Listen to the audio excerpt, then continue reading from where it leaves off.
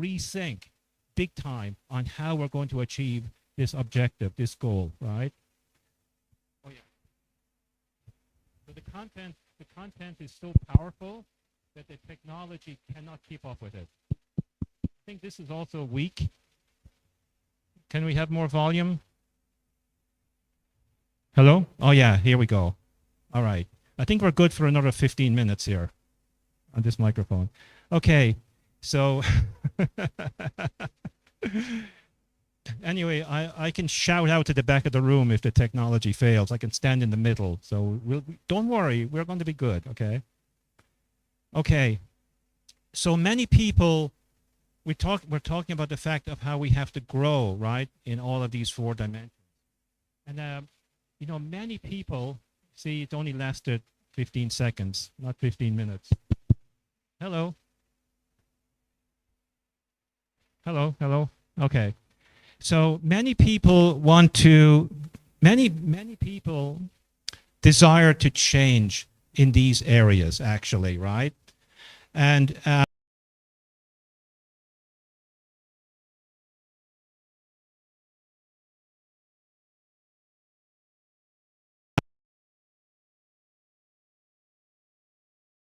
how many of you made New Year's resolutions this year? Up hands. Now, come on, I think all of you must have made New Year's resolutions. This is the big thing on January 1st, right? You know, most people in the world, they realize as they're getting to the end of the year, oh my God, I have to change something about myself, right? I can't go on like this. And they make a New Year's resolution, right? 70% of those New Year's resolutions are about what? What do you think? 70% of the New Year's resolutions, they're focusing on one thing primarily. What do you think it is?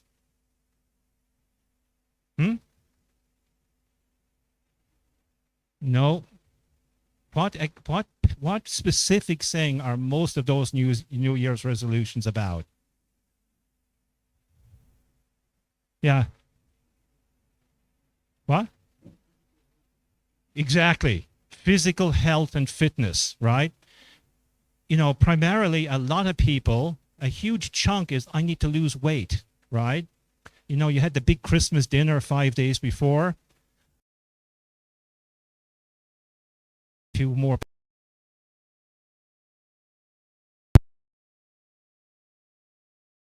about it with full gusto, and then guess what? 3 weeks later, 4 weeks later, 80% of the world's population have already resigned on their New Year's resolutions, and they're back to the old story, right? The old you again for another 11 months, right? So even though we want to change these things about us, right? Whether it's in health, whether it's related to our family or what our finances or whatever, you know, what we don't want, the reason we fail, that so many people fail with these New Year's resolutions, is that they don't want to change you, right? I would like to change these things, but I don't want to change myself, right? And that is actually the key in the door here, right? As we, you know, and that's what we're actually trying to emphasize in this workshop, this leaders workshop, that to actually drive transformation in whatever you're doing, we've got to transform ourselves. And it's a daily focus, and we'll actually talk about it as we go along, right? So all 4 dimensions require continuous growth and development. So I want you to write down the word continuous, and it happens on a daily basis, right? So when you wake up in the morning, you know, it's good before you get on with your busy day to actually take 10 minutes and make a determination. I'm going to grow in the spiritual moral dimension in this way today. I'm going to grow in how I relate with my family in this way today. I'm going to give an extra appreciation, right? I'm going to actually go for that walk, right? No matter what. So Ben, you didn't exercise this morning, so you got to do it this evening. You can't let the day over, right? Okay. And then mental cognitively, I'll put some new inputs. You're taking care of that today anyway. You're putting lots of all of these require growth on a daily basis. You have to write that down, on a daily basis, right? This is called the power of the day, okay?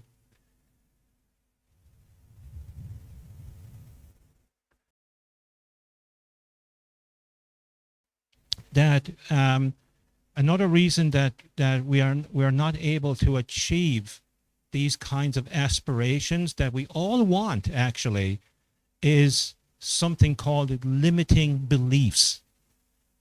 So in other words, it is not external factors that are limiting us from growing and developing and achieving our dreams. It's us. We are limiting ourselves, right? And specifically, this is something called limiting beliefs. And it's all about challenging these limiting beliefs, overcoming them, and not accepting them, actually, right? Because they're false.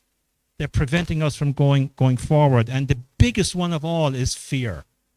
Fear of loss, right? And we'll actually talk about that as we go along.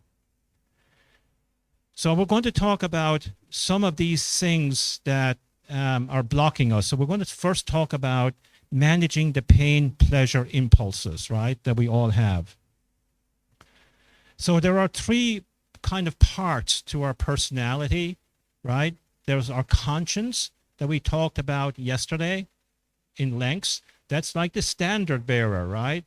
That is kind of like your moral compass, your guidance system, right? That guides you forward on a daily basis. Like an aeroplane. I went to Uhuru Park a few days ago, right? It just opened up after 2 years. But when you come into one of the entrances, there's a big Boeing aircraft there, right? You must have seen that. And, you know, for an airplane to go from A to B, the most important thing is the guidance system, right?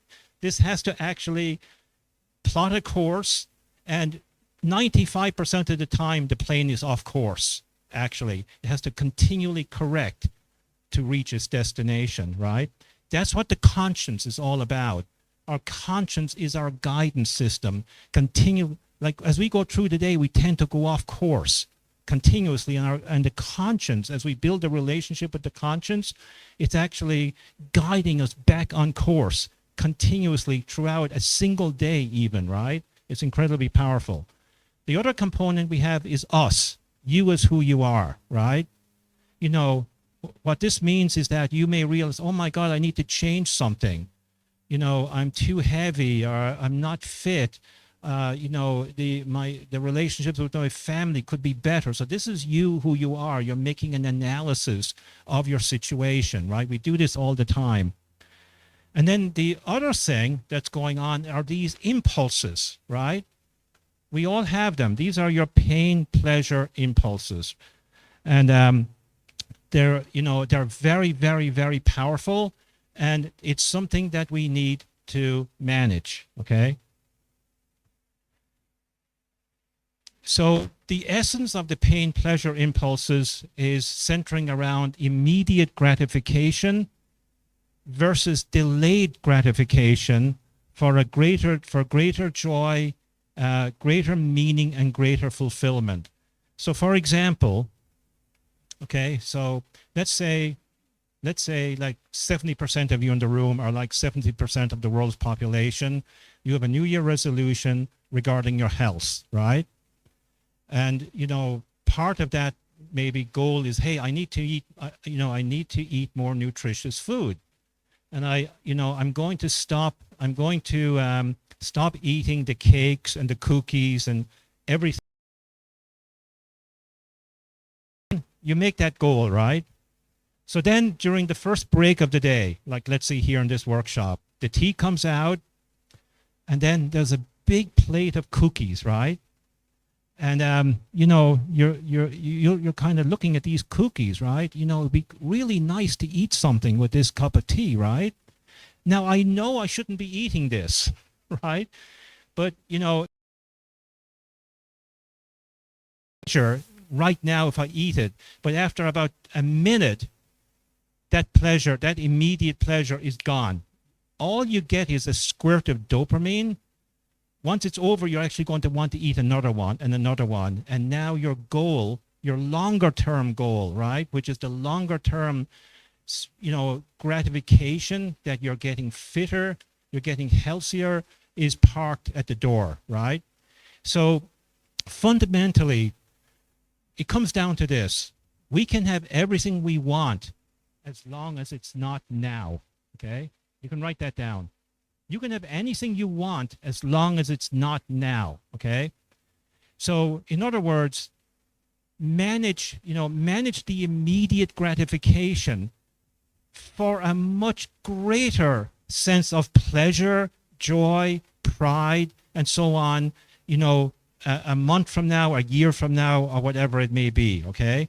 So this is the constant battle we're in on a daily basis. And we manage this with decisions and micro decisions throughout the day. It's the same with relationships. It's the same in terms of our relationship with our conscience and so on. So have you heard of Tony Robbins? He's like, have you heard of this man? Yeah, he's kind of like he's like a coach, right? Has a lot of really good programs. But he said, the secret of success is learning. So the secret of success of this workshop is to have a microphone that's consistent throughout the entire day, right?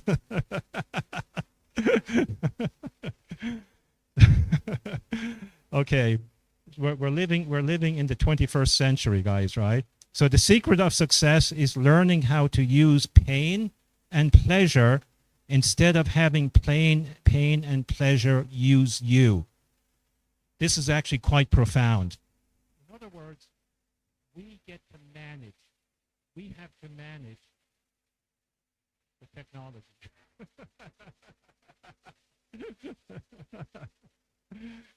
Now I am in pain, right? Because this microphone isn't working, right? Okay. I'm experiencing a lot of pain, and so are you. You're not able to hear the content. We're all in. We need pleasure, guys. Give us a lot of pleasure by keeping this microphone alive for today. Okay, guys, solve the problem. Let's be solution-orientated here.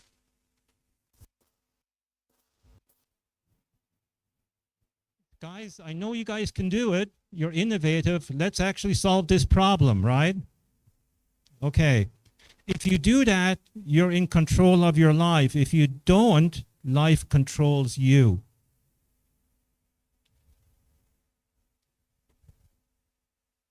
Anyone like to comment on that based on your personal experience from the audience?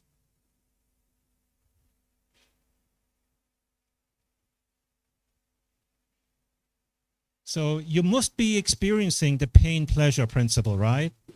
So can you give me an experience where you actually were able to delay sometime in your life? Well, okay, I'll tell you what. Why don't you pair up, okay? And share with each other some experience you had where you actually delayed immediate gratification for something more rewarding a little bit down the road. All of you have had this experience, without a doubt. All we're trying to do is get you to be reminded of that, and then to do that more consistently from now on. So why don't you pair up or get together in a small group for a couple